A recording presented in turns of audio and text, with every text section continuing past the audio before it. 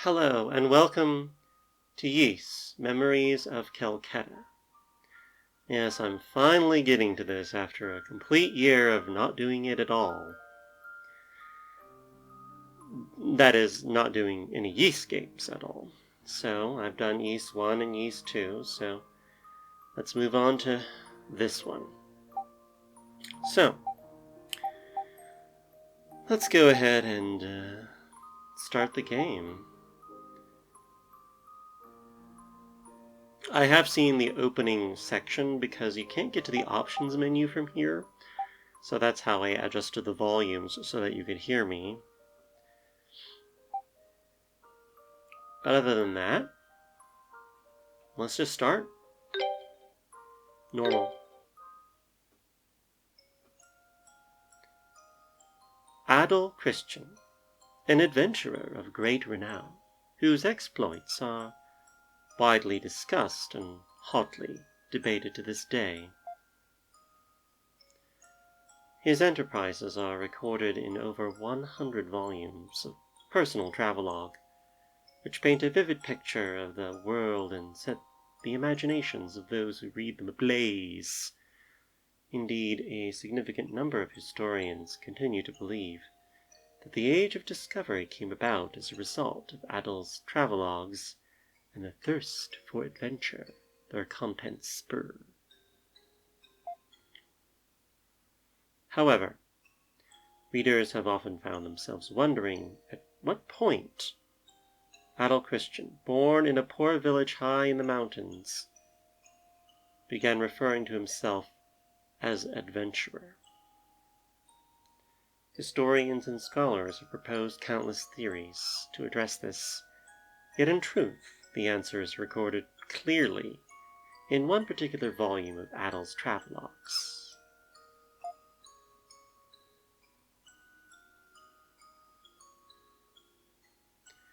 The adventure I am about to recount took place 2 years after Adel left his homeland.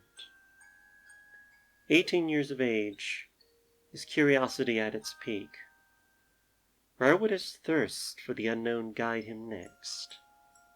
And what wonders awaited him there? Let us look back on the events which occurred in the great forest of Celceta and share in Adel's passion for adventure and discovery.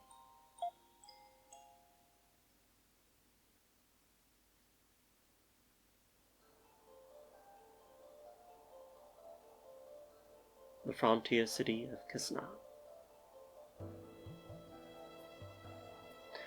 A black cat strolls down the road. It seems lazy, somewhat askance. But it's not really the focus. Not of this story, anyway. Merely an incidental event that would occur. For a red-haired youth would walk by it. Perhaps it's a bad omen. But this red-haired youth seems listless, his eyes unfocused. What could be wrong with him?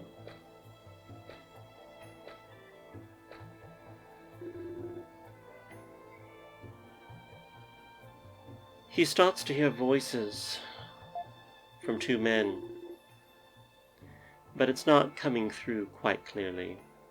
Something about gold, news, maybe they're miners. Veins, great forest.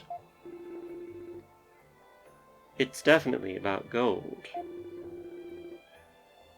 And a forest.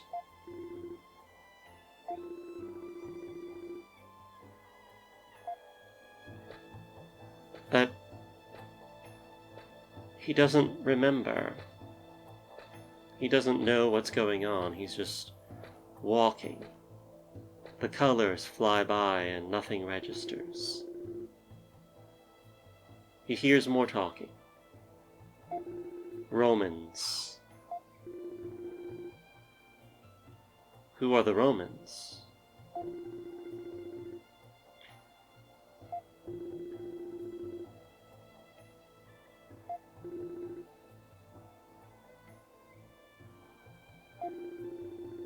Changing? What have they done? Capture the city? Money? All these words, they're not making much sense. He can't quite focus on any special terms, except maybe Roman. Altago. He doesn't know what that is.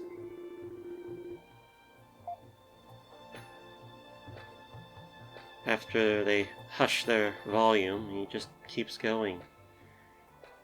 Forward, always. A disruption.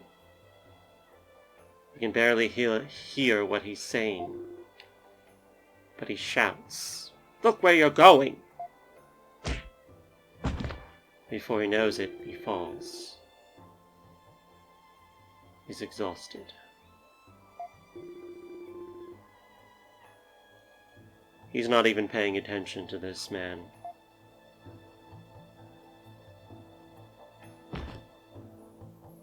He collapses completely, having completely run out of energy.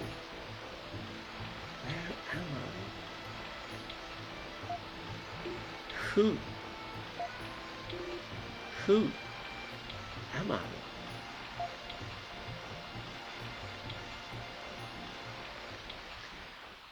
It all goes into a daze.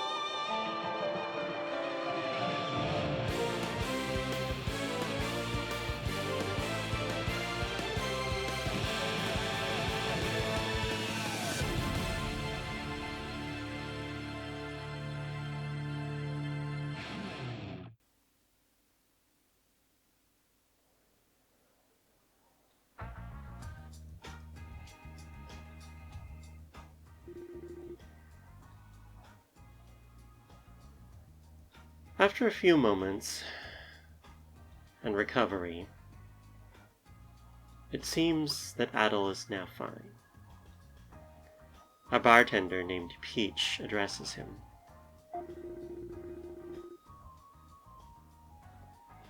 She mentions how he collapsed in the middle of the city. Adol decides to be full of gratitude here. Thank you for helping me. She mentions the rooms that she has for spare.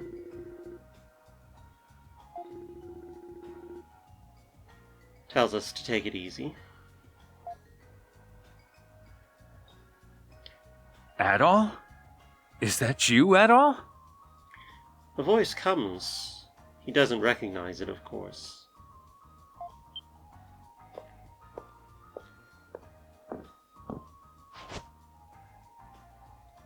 There you are. I finally found you. A silver-haired man with a rather muscular build and sharp hazel eyes approaches the table and leans over. He says he's Durin. I thought I told you to let me know if you managed to make it back alive. Adol was confused. His memories are not back.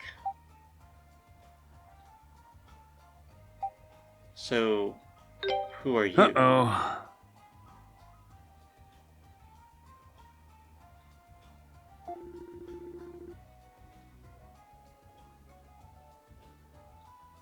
Oh, right, Durin. You did it! He mentions the great forest of Celceta. Somehow we were there? Yes, and also the gold. Yes, the other people outside mentioned this. Doesn't know who Hispani and Rom are.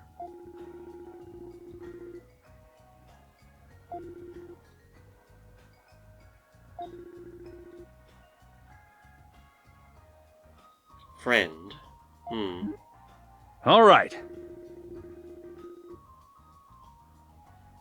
Petal is lost in this conversation. He just doesn't remember. Some kind of intello from the forest.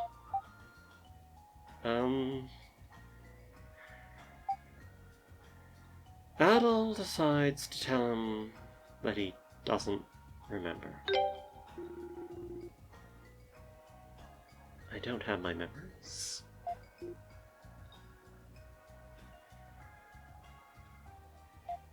Durin seems surprised.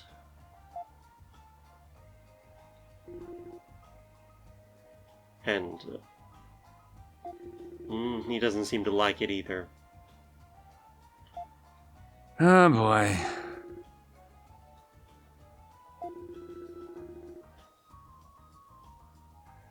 Seems like he doesn't even want to associate with us now.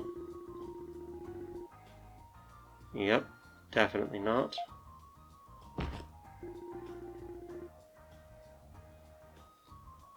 He apologizes, but Adol doesn't even know what his relationship is with this man.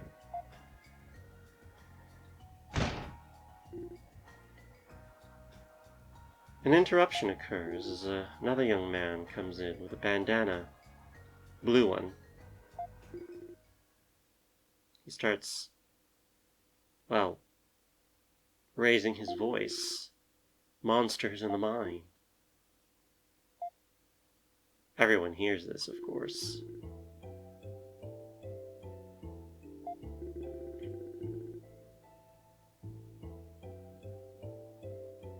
They talk about the monsters and, well, yeah, the Roman army, right?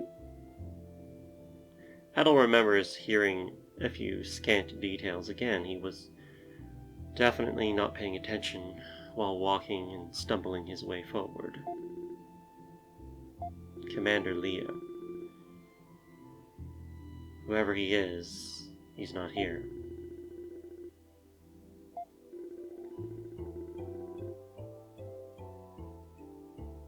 Well, looks like they're on their own.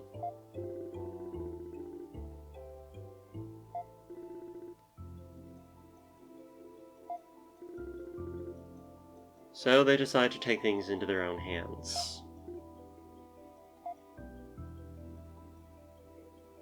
No way.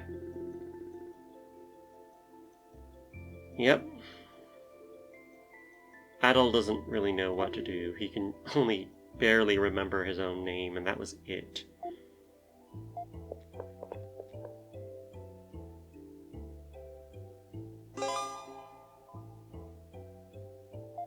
Okay.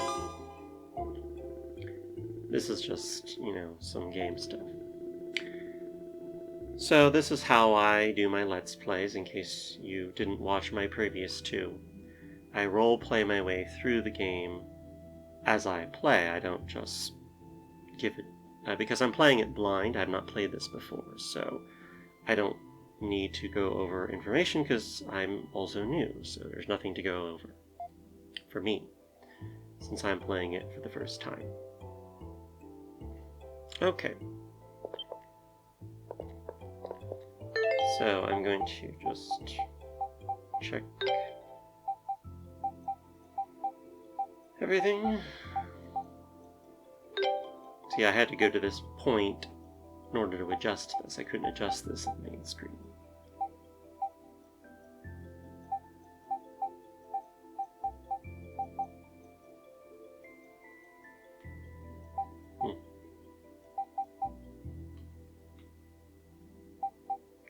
Alright.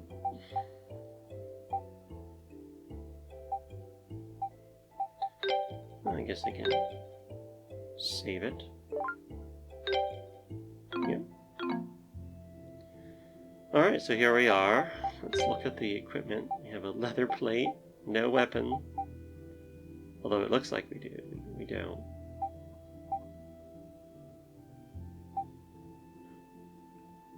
We can rotate.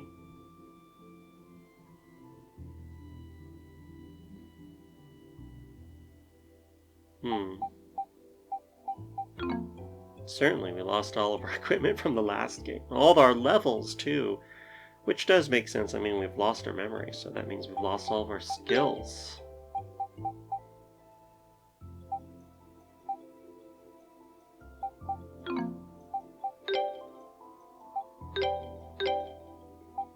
And here we go. Yeah, these are as high as I think it'll work without like getting really crazy. It's probably already this game isn't particularly well optimized on the PC, so it's probably already skirping around, but I think it's workable. I don't think I can get it any better than this.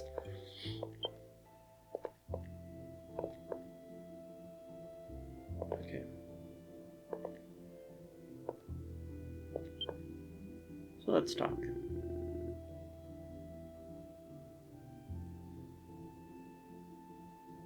So, the barmaid mentions that this has happened before, and she hopes that no one gets hurt. But she at least keeps her promise and makes sure that we have a place to stay.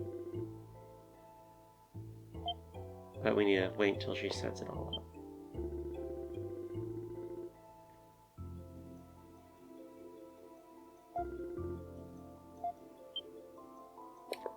Yeah. I might have to lower the settings a bit. This just is not optimized, despite my good stats on my computer. But for now, it's fine, because we're not doing anything too intensive.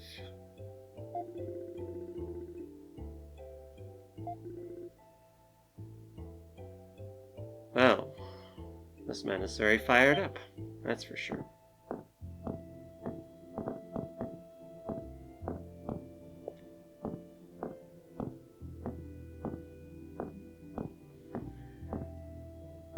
The bar and tavern seem quaint enough. He takes a look upstairs and looks around. Most of the rooms don't seem to be ready, as he was told. Actually, he shouldn't really be looking around like this. This is rather rude.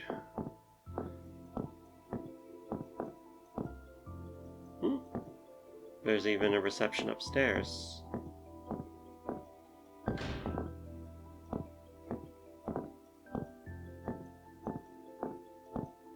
Yeah, I'm gonna have to change the settings when I do the next one. That's not good. Let's slow down. Alright, well, I'll play around with this now that I'm actually in a playable state. I'll be able to test better. So thank you very much for watching. Sorry that there's no action really in this first episode, but we'll see what we can do from here.